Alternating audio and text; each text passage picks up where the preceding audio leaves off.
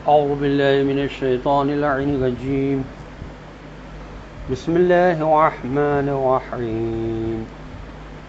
ولو أن قرآنا سيرت به الجبال أو قطعت به الأرض أو كلم به الموتى بل لله الأمر جميعا أفلم ييأس الذين آمنوا أن لو يشاء الله لهدى الناس جميعا ولا يزال الذين كفروا تصيبهم بما صنعوا قارعة أو تحل قريبا من دارهم حتى يأتي وعد الله إن الله لا يخلف الميعاد.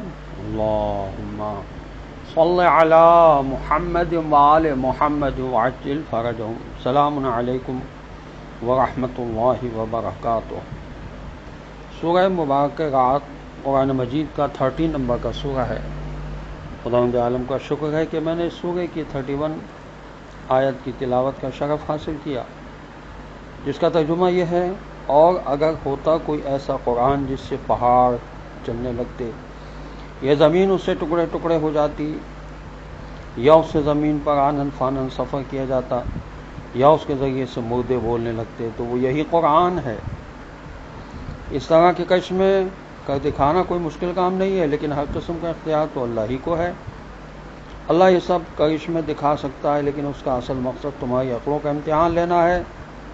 تو کیا وہ لوگ جو ایمان لا چکے انہیں معلوم نہیں ہو گیا کہ اللہ چاہتا تو سب کے سب کو جبراً ہدایت کر دیتا، اور جن لوگوں نے حق کا انکار کیا ہے ان پر ان کی بری حرکتوں کی وجہ سے کوئی نہ کوئی آفت آتی ہی رہے گی، یا پھر ان کے گھروں کے آس پاس آئے گی، یہاں تک کہ اللہ کا وعدہ آن پورا ہوگا. حقیقتاً اللہ وعدہ خلافی نہیں کرتا. حضرت امام موسیٰ کاظم علیہ السلام سے روایت ہے کہ جناب رسول خدا صلی اللہ علیہ وسلم نے فرمایا کہ یہی وہ قرآن ہے کہ اس سے پہاڑ چلائے جا سکتے ہیں، اور جس سے ملکوں کو قطع یعنی طی الارض کیا جا سکتا ہے، اور مردے زندہ کیے جا سکتے ہیں.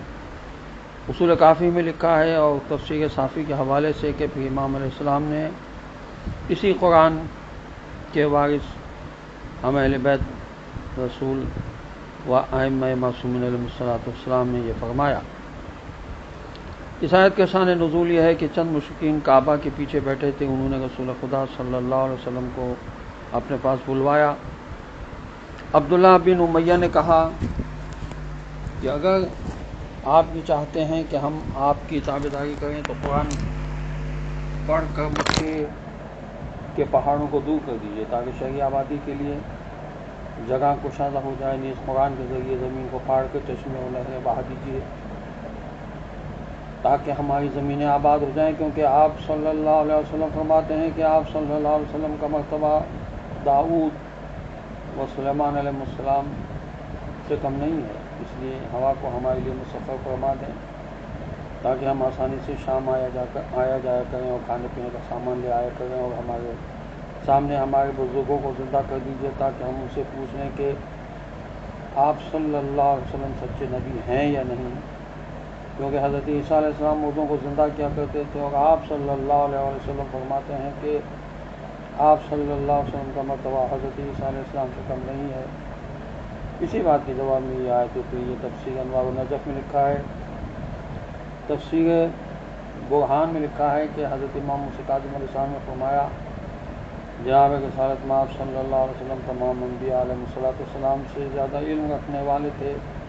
خدا نے ہدہد کو پانی معلوم کرنے کا علم دیا جو حضرت سلیمان علیہ السلام کو حاصل نہ تھا، اسی لیے وہ پانی کی تلاش میں ہدہد کے محتاج تھے.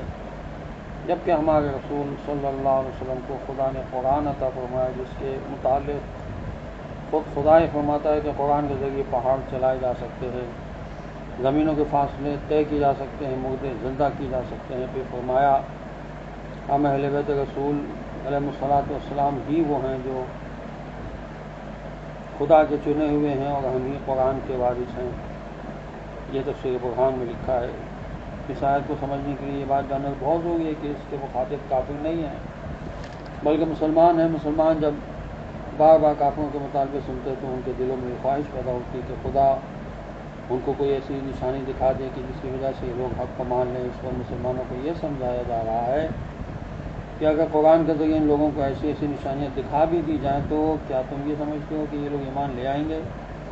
بھلا جن لوگوں کو قرآن کی اتنی اعلیٰ تعلیمات متاثر نہ کر سکیں، کائنات کے بے شمار آثار قائل نہ کر سکے، نبی کریم صلی اللہ علیہ وسلم جیسی پاک زندگی قائل نہ کر سکی، تو وہ بھلا پہاڑوں کے چلنے اور زمین کے پھٹنے اور لپٹنے سے یا مردوں کے بولنے چالنے سے حق کے قائل کہاں ہو سکتے ہیں؟ السلام علیکم ورحمۃ اللہ وبرکاتہ.